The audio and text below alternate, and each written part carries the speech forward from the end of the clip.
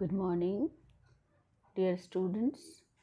हम लोगों का टॉपिक चल रहा है व्यापार चक्र, ट्रेड साइकिल्स पे कंट्रोल की। अपन ने लास्ट वीडियो में बात किया कि व्यापार चक्रों पे कितने क्या क्या कारण है, किसकी वजह से इतना व्यापार चक्र ये जो साइकिल है ये घूमता है, जिसको हम धीरे धीरे कर सकते हैं पर रोक नहीं सकते। हर अर्थव्यवस्था में व्यापार चक्र और पूरे विश्व में एक देश से दूसरे देश में ये स्प्रेड हो जाती है और ये दशाएं उत्पन्न हो जाती है और अर्थव्यवस्था में अस्थिरता आ जाती है। तो इसके कई अनुकूल और कई प्रतिकूल प्रभाव भी होते हैं।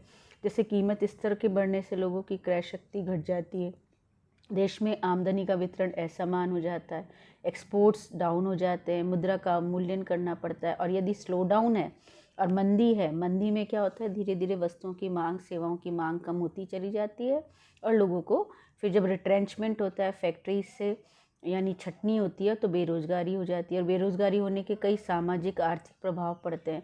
तो व्यापार चक्रों को हम रोक नहीं सकते, फिर भी इनको हम दूर करने के लिए उपाय काम में लेते हैं, जिससे कि मांग और पूर्ति की शक्तियों को हम इन्फ्लुएंस कर सकें। जब मांग बढ़ाने की ज़रूरत हो मंदी में, तो मांग बढ़ा सके, और जब तेज़ी हो तो मांग को कंट्रोल कर सके।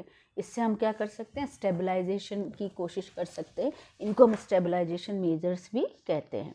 इसमें हम सबसे पहला जो डिस्कस कर रहे हैं वो कर रहे हैं फिस्कल मेजर्स। फिस्कल मेजर्स क्या होते हैं कि करारोपण, सरकारी व्यय, सरकारी कर्ज, तीन चीज़ें हम लोग इसमें लेकर चलते हैं कि सरकार की इनकम के सोर्स, सरकार की व्यय के आइटम्स और पब्लिक डेट। विकासशील देशों की अर्थव्यवस्थाओं को दो श्रेणियों में विभाजित करते हैं। जैसे बिल्ट इन स्टेबलाइजेशन, जो स्वयं अर्थव्यवस्था में स्वचालित हो, ऐसे उपाय जो अपने आप ऑटोमेटिकली फंक्शन करने लगे, उसको हम स्वचालित उपाय कहते हैं। और जो डिस्क्रिशनरी पॉलिसी की बात करते हैं, जो कि सरकार विशेष परिस्थितियों में अस्थिरताओं को कम करने के लिए अपनाती है, उनको अपन डिस्क्रिशनरी पॉलिसीज़ कहते हैं। सरकारी व्यय में वृद्धि व करों में कमी को मंदी की स्थिति में हम लोग काम में लेते हैं। सरकारी व्यय में कमी और करों में वृद्धि को तेजी की स्थिति में काम में लेते हैं। तो ये किसी भी तरह से सरकारी जो एक्सपेंसेस हैं उनको हम काम में मतलब कम करें या ज़्यादा करें, जिससे कि हमारे स्टेबलाइजेशन हो सके। उसमें पहली चीज़ आती है राजकोषीय उपाय में कि बिल्ट इन स्टेबलाइजेशन क्या होते हैं, जो कि अपने आप ही अर्थव्यवस्था में एक्टिवेट हो जाते हैं। जैसे स्वयंचालित में अपन बात करते हैं प्रत्यक्ष करों की। सबसे पहले सरकारी व्यय जो होता है वो बहुत पहले बजट में अपन तय कर लेते हैं, तो उसमें बहुत ज़्यादा परिवर्तन करने की ज़रूरत नहीं होती। बहुत थोड़े परिवर्तन करके अर्थव्यवस्था के अनुसार हम उनको एक्टिवेट कर सकते हैं। दूसरी बात आती है डायरेक्ट एक्सपेंसेस, डायरेक्ट टैक्सेस क्या होते हैं, जो लोगों की मार्जिनल प्रोपेंसिटी टू कंज्यूम क्या होता है, मार्जिनल प्रोपेंसिटी टू कंज्यूम जो हमने पढ़ा था, सीमांत प्रवृत्ति, यानी एक पॉइंट के बाद यदि इनकम बढ़ती है तो उपभोक्ता की जो उपभोग करने की प्रवृत्ति होती है वो धीरे धीरे कम होती चली जाती है। तो उपभोग की जो MPC होती है, यानी मार्जिनल प्रोपेंसिटी टू कंज्यूम, उपभोग की सीमांत प्रवृत्ति, कर लगाते हैं तो लोगों की उपभोग करने की क्षमता कम हो जाती है और मल्टीप्लायर इफेक्ट भी कम हो जाता है। तो जैसे इन्होंने एग्जाम्पल दिया है कि प्रत्यक्ष कर की दर 40% है और उपभोग की MPC 0.8 है, तो 100 रुपये की आय में से उपभोग 80 रुपये का नहीं होगा, क्योंकि जो सीमांत प्रवृत्ति है तो वो अपने पास 40 रुपये आपने टैक्स में दे दिया तो 60 रुपये ही रह गया। तो 60 रुपये का 0.8% जो है वो कितना है, 48 रुपीज़। तो डायरेक्टली जब कर की दरें बढ़ती चली जाती है तो उपभोक्ता के पर रोक लग जाती है और उपभोक्ता की जो मार्जिनल प्रोपेंसिटी टू कंज्यूम होती है, उपभोग की सीमांत प्रवृत्ति होती है, वो ऑटोमेटिकली रिड्यूस हो जाती है। तो करों के द्वारा लोगों के उपभोग को भी गवर्नमेंट कम करती है। डायरेक्ट टैक्सेस सीधे उपभोक्ता की आय पे प्रभाव डालते हैं, उससे उसकी उपभोग करने की प्रवृत्ति कम हो जाती है और मांग में कमी आ जाती है। कभी कभी आपको मांग बढ़ानी हो तो गवर्नमेंट टैक्सेस बढ़ा सकती है, टैक्सेस कम कर सकती है और कम करके उपभोग करने की क्षमता को बढ़ा सकती है, जिससे कि मांग में वृद्धि हो सकती है। तीसरी बात आती है ट्रांसफ़र पेमेंट्स, हस्तांतरण भुगतान।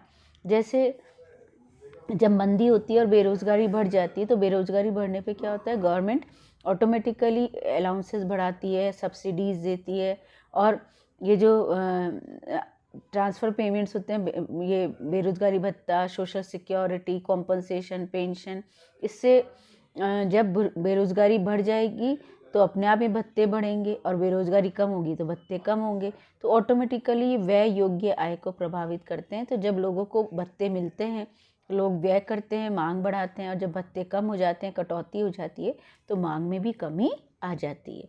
एग्रीकल्चरल सपोर्ट प्राइसेस, कृषि समर्थन मूल्य, कृषकों के लिए गवर्नमेंट इतना नीची कीमतों पे खतरों से बचाने के लिए गवर्नमेंट कृषकों की आमदनी में स्थिरता लाती है, तो न्यूनतम समर्थन मूल्य तय करती है। उत्पादन आधिक्य की स्थिति में पूर्व घोषित समर्थन मूल्यों पर गवर्नमेंट क्या करती है, फार्मर से माल खरीदती है और अपने गोडाउंस में उसको कलेक्ट करती है। तो और कृषकों को बहुत सब्सिडी देती है, जैसे फर्टिलाइज़र सब्सिडी, इरिगेशन के लिए सब्सिडी, क्रेडिट फैसिलिटी, इन सब को दे करके एग्रीकल्चर सेक्टर को स्थिर बनाने की कोशिश करती है। तो ऑटोमेटिकली जब उनकी इनकम बढ़ती चली जाती है तो वो उतार चढ़ावों को कम करने में मदद करते हैं। तो विशेष परिस्थितियों में ये तो ऑटोमेटिक होते चले जाते हैं इनसे, पर कई बार गवर्नमेंट खुद को डेलिबरेटली भी एफर्ट्स करने पड़ते हैं। वो डेलिबरेटली एफर्ट्स क्या होते हैं, वो गवर्नमेंट इसमें इंटरवीन करती है। अभी हमारे स्थितियाँ जो कोरोना पेंडेमिक में चल रही है, तो हमारी गवर्नमेंट ने भी, सेंट्रल गवर्नमेंट ने भी पैकेजेस डिस्कस किए हैं, या मनी को थ्रो करना, मतलब मनी को उसमें फ़्लो करने के लिए सब्सिडीज़ बढ़ाई हैं, खर्चे बढ़ाएँ, पैकेजेस बढ़ाएँ। तो क्या उपाय करती है गवर्नमेंट? पहली चीज़ आती है इसमें टैक्सेशन, करारोपण। करारोपण क्या करते हैं कि जब एग्रीगेट डिमांड को कम करना चाहती है गवर्नमेंट, तो करों की दरों में वृद्धि करती है, और मंदी की दिशाओं में करों की मांग को बढ़ाने के लिए करों में कमी करती, मंदी की दशा में एग्रीगेट डिमांड को बढ़ाने के लिए करों में कमी करती है।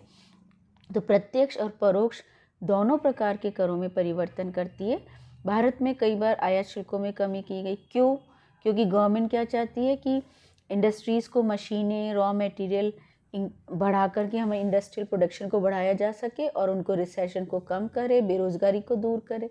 तो इस टैक्सेशन जो पॉलिसी है उसको हम लोग increase in demand, decrease in demand, इनके लिए डेलिबरेटली गवर्नमेंट इसमें चेंजेस करके काम में लेती है। फिर आता है सार्वजनिक व्यय। सार्वजनिक व्यय क्या है? रोजगार के नए अवसर उत्पन्न करना चाहते हैं, सार्वजनिक परिसंपत्तियों का निर्माण करते हैं, उत्पादन क्षमता भी बढ़ती है।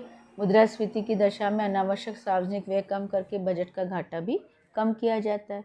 तो पब्लिक जो डेट होता है, जैसे मेट्रो ट्रेन का, ट्रांसपोर्टेशन का, पब्लिक एसेट्स बनाना, उससे प्रोडक्शन कैपेसिटी बढ़ती है। तो सार्वजनिक व्ययों में वृद्धि करके भी गवर्नमेंट उसको इंक्रीज़ कर सकती है, मांग में वृद्धि कर सकती है और मांग में कमी कर सकती है। फ्लाईओवर्स बनवाती है गवर्नमेंट, सड़कें बनवाती है, पुल बनवाती है और नालियों का निर्माण करवाती है। तो जितने भी पब्लिक वेलफेयर एक्टिविटीज़ होती हैं उससे गवर्नमेंट का एक्सपेंडिचर बढ़ता है, और एक्सपेंडिचर बढ़ाकर भी गवर्नमेंट बेरोज़गारी को दूर करना चाहती है। जब इन्फ्लेशन होता है तो गवर्नमेंट अपने खर्चों में कमी की बात करती है, और जब डिफ्रेशन या रिसेशन होता है तो इनको करके, इसको हम पंप प्राइमिंग का स्थिति कहते हैं। पंप प्राइमिंग यानी गड्ढे खोदना, वापस उसको बोरना। ये कीन्स ने हमें उपाय बताया था कि गवर्नमेंट को खर्चे बढ़ाने चाहिए। जैसे नरेगा में 100 दिन का रोज़गार दिया जाता है जिससे लोगों को इनकम मिले, और इनकम के थ्रू गवर्नमेंट अपनी वस्तुओं की, पब्लिक अपनी वस्तुओं की मांग बढ़ाए। तो जब रिसेशन हो तो गवर्नमेंट क्या करे, बेरोज़गारी दूर करने के लिए रोज़गार के अवसर उपलब्ध करवाती है, पब्लिक एसेट्स करवाती है, बनाती है, और सार्वजनिक व्यय में वृद्धि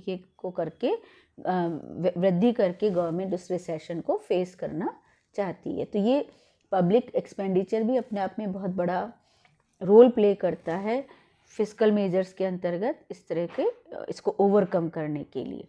तीसरी बात आती है सार्वजनिक कर्ज। गवर्नमेंट क्या करती है, जब बहुत तेज़ी होती है तो गवर्नमेंट जनता से, जैसे बॉन्ड्स इशू करना, कर्जा लेना, पब्लिक से पैसे को खींचने की कोशिश करती है। तो बॉन्ड्स इशू करके क्या होता है, यदि हम बॉन्ड खरीदेंगे तो हमारी मनी कुछ समय के लिए गवर्नमेंट के पास चली जाएगी। जब वो मनी गवर्नमेंट के पास चली जाएगी तो हमारी प्रोपेंसिटी टू कंज्यूम, उपभोग करने की क्षमता कम हो जाएगी, और उपभोग करने की क्षमता कम होने का मतलब है इन इट्स टर्न ये अपनी डिमांड को कम करेगी। सार्वजनिक निवेश की वित्तीय व्यवस्था के लिए भी सार्वजनिक कर्ज का उपयोग करते हैं। यानी जैसे कोई भी बड़ा प्रोजेक्ट अपने को लेना है, फ्लाईओवर्स बनवाने हैं, डैम्स बनवाने हैं, सड़कें बनवानी है या रेलवे का काम करवाना है, तो गवर्नमेंट जनता से भी फाइनेंस की व्यवस्था करने के लिए लोन ले लेती है। और लोन लेने से वित्तीय साधन सरकार के पास भी बढ़ते हैं और गवर्नमेंट पब्लिक से मांग में कमी करने के लिए उसकी मनी को खींच लेती है।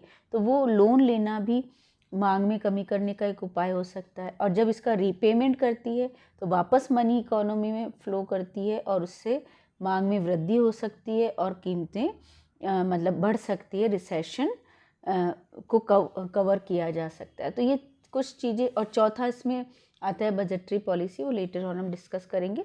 ये 3 उपाय हमारे फिस्कल मेजर्स के हैं जो कि गवर्नमेंट डेलिबरेटली मुद्रास्फीति हो चाहे मंदी हो उसको ओवरकम करने के लिए काम में लेती है।